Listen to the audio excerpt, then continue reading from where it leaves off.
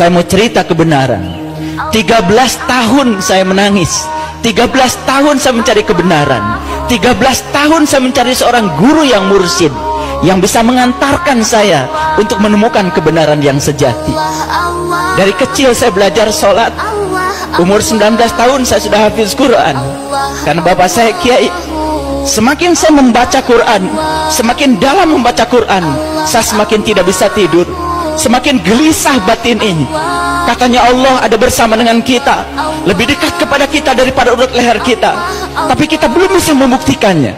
Katanya Allah bersama dengan kita, tapi sholat saya selama itu tidak pernah bisa khusyuk. Rakaat demi rakaat dilakukan, tetapi apa yang saya ingat, apa yang saya sembah, saya tidak mengerti. Saya membaca Quran surat Al-Ma'un, Ara'aital ladzi yukadzibu biddin, celakalah para pendusta agama. Fazalikal ladzi yad'ul yatim, yang mentelantarkan yatim. Siapa yatim itu sesungguhnya? Dari kehidupan kita sehari-hari kita tahu yang namanya yatim adalah mereka yang tak beribu, yang tak berbapa. Tapi begitu saya membuka lembaran-lembaran kitab yang hakiki, ternyata yatim bukan yang tak beribu tak berbapa, bukan manusia yang namanya yatim. Yang tak beribu, yang tak berbapa bukan manusia. Setiap manusia yang lahir ke dunia pasti ada ibunya, pasti ada bapaknya, betul? Cuman ada yang sudah meninggal, ada yang masih hidup. Siapa yatim itu sesungguhnya? Yang tak beribu, yang tak berbapa. Berarti yang yatim adalah yang tidak pernah dilahirkan. Siapa yang tidak pernah dilahirkan?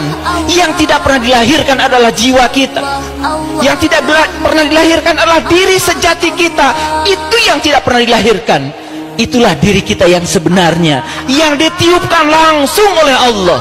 Fa idza sawaituhu wa nafakhtu fihi min ruhi faqul lahu sajidin.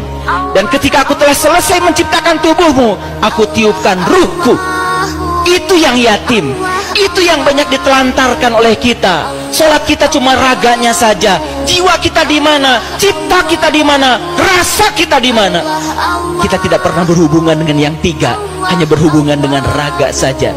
Lalu banyak rakaat yang dilakukan, tapi rakaat demi rakaat tidak membuat kesadaran kita semakin hari semakin bertambah. Tetap sakit hati kalau diomongin orang, tetap marah ketika orang marah kepada kita, tetap reaktif kepada situasi yang tidak kita inginkan, tidak pernah nyaman dalam kontradiksi. Kalau kita nyaman ketika kita mendapatkan yang kita ingin, itu biasa. Tapi kalau kita tetap nyaman dalam kontradiksi, mendapatkan yang tidak kita inginkan, tetap nyaman, itu ukuran spiritual. Disitulah ukurannya akhlak kita. Sholat bukan tujuan, tujuan kita adalah akhlak. Nabi Muhammad menjadikan sholat sebagai sarana untuk membangun akhlak. Saya bertemu dengan seorang guru yang mursyid, yang bisa mengajarkan cara meniti ke dalam diri, menemukan siapa diri saya, siapa Tuhan saya. Justru saya tidak menemukan di pesantren, tanpa menganggap rendah pesantren. Jadi kalau begitu, di mana sebetulnya ilmu agama yang sebenarnya itu ada? Saya cuma punya satu keyakinan, karena Allah dalam hadis qudsi mengatakan, para waliku ada di bawah naunganku, dan tidak ada mengenal seorang wali tanpa seizinku.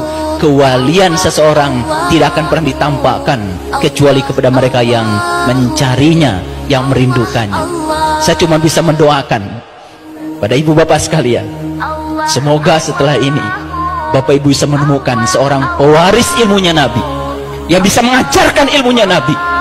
Seorang sahabat bertanya pada Rasulullah, ya Rasulullah, aku bahagia hidup sejaman dengan engkau, karena aku mendapatkan ilmu langsung dari tanganmu.